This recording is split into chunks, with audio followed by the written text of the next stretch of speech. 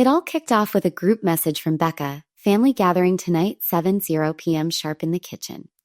Family, there were merely 3 souls under this roof, and only one of us kept the walls from crumbling. I stayed silent, 0. Simply brewed a fresh pot of coffee and arranged 3 cups as if it were just another ordinary night. Nolan descended the stairs first, sporting that practiced half grin. Becca trailed behind, clutching her phone like a remote for a slideshow. They remained standing. That was my initial hint. We've been discussing. Becca launched in, her tone overly cheerful. And we believe it's time to talk about everyone pulling their weight. Pulling their weight, I echoed, directing the words more toward my steaming mug than to her. Nolan jumped in as though they'd rehearsed the lines. You've been staying here without paying rent, Mom. We're glad to have you, truly, but we feel it's only right that you begin contributing. Becca bobbed her head, lips pinched thin. Just 50% of your pension. That's it. I lifted my gaze gradually. Becca propped herself against the counter as if she owned the place. Nolan avoided my stare. Amy pension, I stated. Exactly, Becca confirmed. You're not covering rent. You don't chip in for groceries. You use the electricity, the water. We're not being cruel. It's simply equitable, simply equitable. This home, the one with the crack pane Nolan shattered at age 12, the squeaky stair he once tiptoed past after curfew, stood firm because I labored 33 years in the school system and never skipped a single house payment. The master bedroom they occupied brushed with the shade I chose when I imagined aging gracefully within these walls. I placed my coffee down with care. The clink reverberated through the hush. If we're aiming for equity, I remarked, and let's begin with the title. Becca blinked rapidly. The title? I reiterated. You desire half of my income. Let's examine who actually holds ownership of the ground beneath our feet. Nolan cleared his throat awkwardly. Or only attempting to organize things more efficiently. I offered a smile. Not the gentle variety. The sort that precedes thunder. Very well, I replied, rising to my feet because height commands attention. You will organize it thoroughly. I was 28 when the physician uttered aneurysm as casually as a weather update. My spouse passed before I reached the emergency room. Nolan was 5. He slumbered through the evening, unaware the earth had tilted beneath us. The life insurance settlement was modest, and sorrow doesn't halt invoices. I returned to my desk that following Monday. Assistant registrar at the neighborhood secondary school. Extended shifts, stringent finances, 0 margin for mistakes. Yet I mastered extending $1 until it pleaded for relief. I prepared sandwiches from basic ingredients, mended Nolan's coats, forfeited getaways for years. I squirreled away every bonus check, every tax rebate, every tutoring supplement. This residence, the one with the lopsided pavement and the sun porch that drips every alternate spring, became fully mine by the time Nolan reached 25. No assistance, no dual salaries, just steady, resolute determination. When Nolan phoned last year declaring he'd been laid off, I didn't waver. And naturally, return home. Bex as well, you require only a brief period to regain stability. I meant every word, and I trusted it. They arrived with 5 cartons, 2 notebooks, and far more grievances than appreciation. Initially, I didn't object. Becca chattered endlessly, yet she scrubbed surfaces. Nolan volunteered to trim the grass once. I convinced myself they were settling in. Then weeks blurred into months. Becca began referring to the spare chamber as our chamber. Nolan left plates piling in the basin as if I'd forever been the maid. Their job applications languished, their debts accumulated. They ordered delivery and festival passes, yet never proposed funds for power. 14 months onward, and I still hadn't witnessed them purchase a solitary package of tissue. They spoke of tomorrow as if I weren't part of it. When we refreshed the kitchen cabinets, when we refinished the flooring, I never handed them a duplicate key. Nolan duplicated one regardless. Anyhow, I lingered in that cooking area after they retired upstairs and gazed at the mounted picture above the faucet. Nolan, age 6, gripping a mallet and beaming beside the initial partition I ever repaired solo. They remain oblivious to whose domain they inhabit, But enlightenment approaches swiftly. Reflecting, it wasn't a singular instance. It was a chain of subtle occurrences, simple to dismiss if one chose. Becca had initiated inquiries months prior, innocuous initially. How is your retirement fund deposited? Is it static or indexed to inflation? Have you designated a successor? I attributed it to intrigue. She enjoyed appearing knowledgeable, perpetually and using streaming audio lectures, perpetually citing others' views as absolute truth. I indulged her. Then Nolan joined. He began retrieving the correspondence before I could, categorizing it. Discarding wrappers he labeled spam. I once discovered a financial summary partially shredded, concealed beneath a breakfast container in the waste. When I questioned him, he grinned as if I'd hallucinated the event. Merely another loan solicitation, Mom? I yearned to trust him, yet then the murmurs commenced behind sealed portals. Late evenings, I'd pass their quarters and detect muffled exchanges, pauses, resumptions. Phrases like a schedule, a conveyance, a stay proactive. Nonetheless, I bided my time, awaiting an indisputable revelation. It materialized on a Tuesday dusk. Sleep eluded me. Gust had intensified, and limbs beyond my pain scratched like digits on crystal. I rose for herbal brew, and en route past the staircase. I overheard Becca's whisper. Once we secure the title, we'll consult that assisted facility, the one in Lakeview. Self-see. It's pristine, and they permit inspections. I halted abruptly. Nolan muttered a reply. I missed it. I didn't require it. Assisted facility, not leisure community, not condensing. They were plotting my relocation post-acquisition of my abode. I retreated to bed and reclined rigid, gaze fixed on the plaster, absorbing every clock tick like a timer. The subsequent dawn, I dressed routinely, grinned as Becca passed my letters, filled my vessel with Java, and contacted my legal counsel. The following morning, I informed them I possessed an early engagement. Becca scarcely glanced from her display. Nolan grumbled in acknowledgement. They never inquired about the destination. They seldom did. My attorney's suite sits 20 minutes distant, nestled between a cafe and a laundering service. I hadn't visited in nearly 2 years, not since establishing the preliminary estate plan. Back then, I still clung to notions of justice, still presumed Nolan merely needed duration to mature into responsibility. I seated myself opposite Marianne, my advocate, and declared bluntly, remove him. She remained unflinching. Merely assented and accessed the dossier. Would you prefer substituting another? No, I responded. A generosity eludes me presently. She curved her lips faintly and commenced. We revised the revocable estate. I retained exclusive trusteeship and recipient status. No posthumous transfer, no joint tenancy provision, nothing manipulable afterward. Then we advanced. The dwelling, the annuity, the savings, secured solely in my designation with precise limitations, no joint signatories, no kinship assertions. Should fate claim me, all would funnel to a discreet endowment I'd previously supported under an alias. It proved neater, more safeguardable, edible. The process consumed 60 minutes. No theatrics, no hypotheticals, merely autographs, seals, and an odd icy calm embedding in my thorax like frost. Upon completion, Marianne regarded me. You prefer withholding notification? Correct, I affirmed, for now. I motored home leisurely, observing foliage smear beyond the glass. Upon entering the drive, Nolan's vehicle had vanished. Becca's flip-flops lay by the entrance. Dirty garments overflowed the corridor hamper. The interior carried a faint aroma of scorched bread and floral disinfectant. Hers, not mine. I tucked the fresh papers into a secured compartment. Then replenished my Java. Allow them to presume dominance. Permit their continued murmurs regarding titles and forthcoming schemes. I ceased responding. Now I strategized. Supper unfolded unusually muted that evening. No veiled barbs from Becca.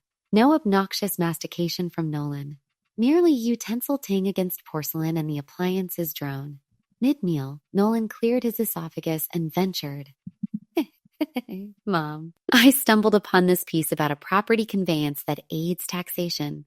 Like if the residence is titled to you but intended for kin, you complete a basic document and it spares complications down the line.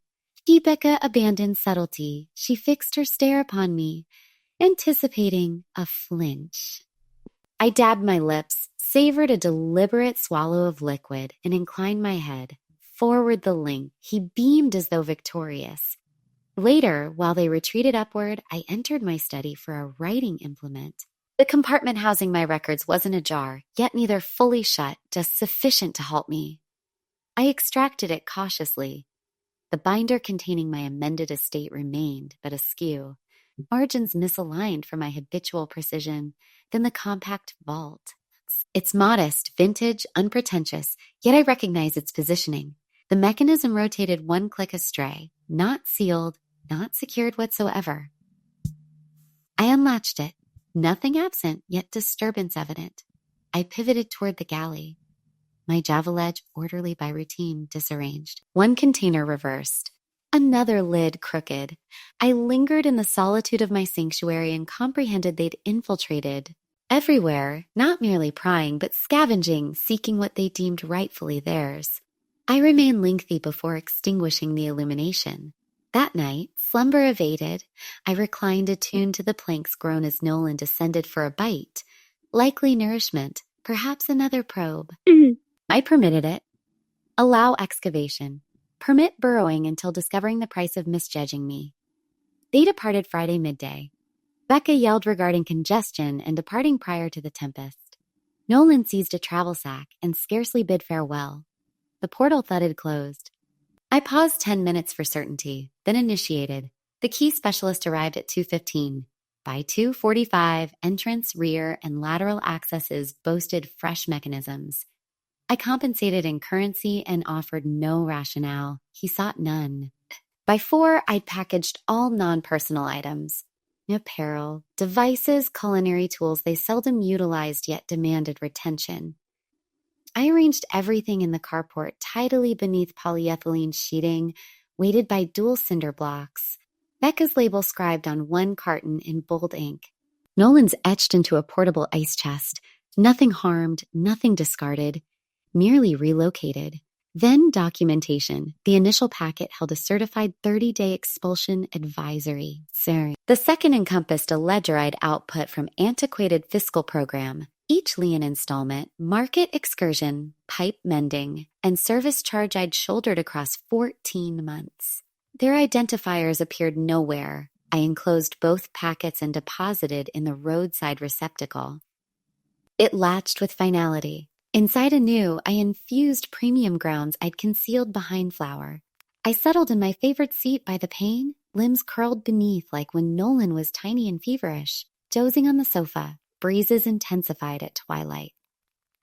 Foliage danced across the veranda in erratic patterns. The dwelling regained proper tranquility. No blasting lectures, no disputes over cuisine, no artificial mirth resonating from unkempt spaces. Merely timbre, atmosphere, vapor ascending from authentic ceramic. They believed they sculpted a destiny here, yet they'd merely exhausted hospitality. And now I prepared to demonstrate the distinction between residing in a structure and possessing it. They returned shortly past 10. I observed from the upper casement as they tugged the handle, yanked, then faced one another bewildered. Becca thumped once. Nolan extracted his device. I remained aloft. By completion of dental hygiene, 3 unanswered calls and 7 messages from Becca. By midnight, tally soared to 17. What the devil, Odalyn? This violates law. We're consulting counsel. Reverse before we return with authorities. I offered no retort. Enclosed a clumsily composed, poorly laid out fabricated endowment pact dated half year prior. It alleged I'd voluntarily ceded 50% equity to them. My autograph appeared below in a mimicry resembling tracings from greeting cards. I examined it fully 60 seconds. Not from astonishment, but appraisal. They anticipated hysteria. Instead, I launched a browser and relayed the correspondence to Marianne. Caption: fraudulent instrument enclosed. Her response arrived in 20. Refrain engagement. Lodge constabulary notification. Promptly. Thus, I complied. I entered the precinct, presented the hard copy to the desk sergeant, and articulated. My offspring falsified my mark attempting to assert lawful dominion over my residence. They treated seriously, duplicated, queried, documented. All particulars, chronologies, proofs. No outbursts, no menaces, no spectacle, solely realities. Homeward, another Java seated in serenity. Alerts pulsed, yet I abandoned the apparatus on the counter. Combat unnecessary, merely documentation required. They'd transgressed unprepared for consequences of rewriting chronicles. And the target of theft retained every invoice. The automated message originated from my institution's security division. Serene timbre, courteous, and Ms. Mercer confirming a remortgage submission utilizing your domicile. Discrepancies noted, verifying your initiation. I redialed instantly. The representative proved thorough. A file digitally under your identity, location, partial identifier, but electronic address menmacerfinance@gmail.com. Yours. No, I declared evenly. Amy progenies. Pause, then. I already marked no liability, yet advise official grievance. Gratitude expressed, disconnected, sensed initial spark colder than wrath, deliberation. 60 minutes later, registered mail, unfamiliar sender, interior, completed durable authorization form, Becca lodged via municipal office alleging my waning cognition. Even appended practitioner affidavit. I scrutinized the signatory twice. Dr. Leanna Whitaker, Becca's relative, dined once half-year ago, uttered little, now deeming me unfit for self-governance. They sought not merely the estate. They sought me, Dawn. Next, identical precinct, second grievance, now for endeavored statutory coercion and counterfeit therapeutic attestation. The attendant arched brows upon perusing relation. A cousin to the evictee. I quipped a charming yes. He concurred, imprinted. Home secured archive locks, relocated originals to novel hideaway, refreshed credentials, notified counsel, suspended credit monitoring. No misinterpretation, orchestrated annexation, gradual, calculated, cloaked in familial warmth. Yet they overlooked vital, fabricate recollection, forge endorsement, but erase lucidity of a strategist perpetually ahead. Impossible. I messaged Sunday repast 6 + 0 p.m. trio only.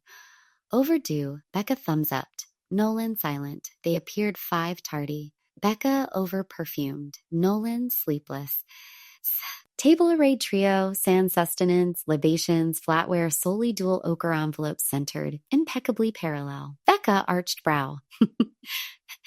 Explanation? I motion seats. E-sit. Compliance. Nolan anxious.